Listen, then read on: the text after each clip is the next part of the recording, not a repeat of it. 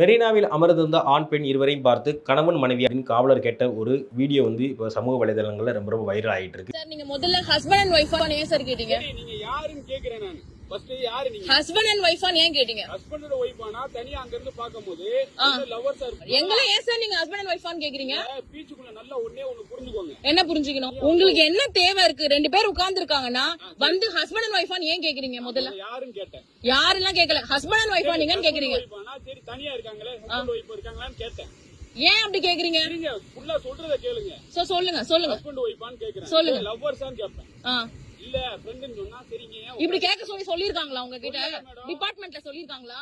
இந்த வீடியோல நம்ம பார்க்கக்கூடிய ஒரு விஷயம் என்னன்னா, இன்னும் காவல்துறைக்கு பொதுமக்களிடம் எப்படி பேசணும் அப்படிங்கிற அணுகுமுறை வரல அப்படிங்கிறது இந்த வீடியோல ரொம்ப தெளிவாகவே தெரியுது. ஒரு கடற்கரையில் இல்ல ஒரு தனிமையான ஒரு இடத்தில் ஒரு ஆண் பெண் 2 பேர் அமர்ந்திருக்காங்க அப்படின்னா அவங்கள்ட்ட போய் அச்சுறுத்தும் வகையில் கேள்வி கேட்கக்கூடியது அப்படிங்கிறது என்ன மாதிரியான பழக்க வழக்கம்? இது ஒன்றும் வட மாநிலம் இல்லையே. ஒரு ஆண் பெண் தனியாக உட்கார்ந்துருந்தா உடனே அடிதடி நடக்கிறதுக்கோ உடனே அவங்கள அவதூறு பண்றதுக்கோ இந்த மாதிரியான விஷயங்கள் இல்லையே. இது தமிழ்நாடு. இந்த தமிழ்நாட்டில் ஒரு ஆண் பெண் எங்க உட்காரக்கு உரிமை இருக்கு, சுதந்திரம் இருக்குது. அது ஏன் நீங்க அச்சுறுத்தும் வகையில கேள்வி கேட்கறீங்க அப்படின்னு அந்த பெண் இதுல கேட்டிருக்காங்க. கேட்ட விஷயங்கிறது ரொம்ப சரியான விஷயமாவும் இருக்குது. நான் என்ன கேக்குறேன், பீச்ல யாரும் உட்கார கூடாதுங்களா?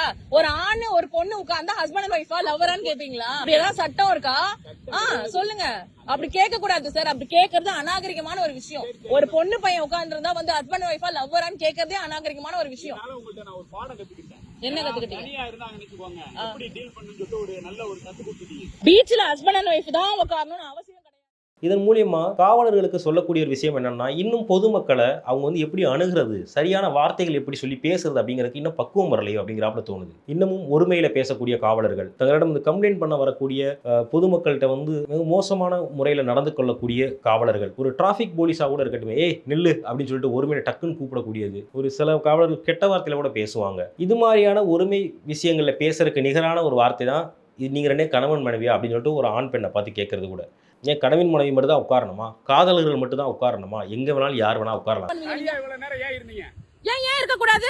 சட்டமா இருக்க கூடாது? சட்டமா? பீச்ல தனியா உட்கார கூடாது? சட்டமா? இருட்டுக்குள்ள தனியா உட்கார்ந்தா தப்புதான். எது இருட்டு? இது இருட்டுங்களா இல்ல இது இருட்டான்னு கேக்குறேன். ஏன் இப்படி உட்கார்ந்தா என்ன பண்ணுவீங்க? என்ன பண்ணிட்டு இருந்தாங்க நீங்க பாத்தீங்க? என்ன பண்ணிட்டு இருந்தாங்க நீங்க பாத்தீங்க?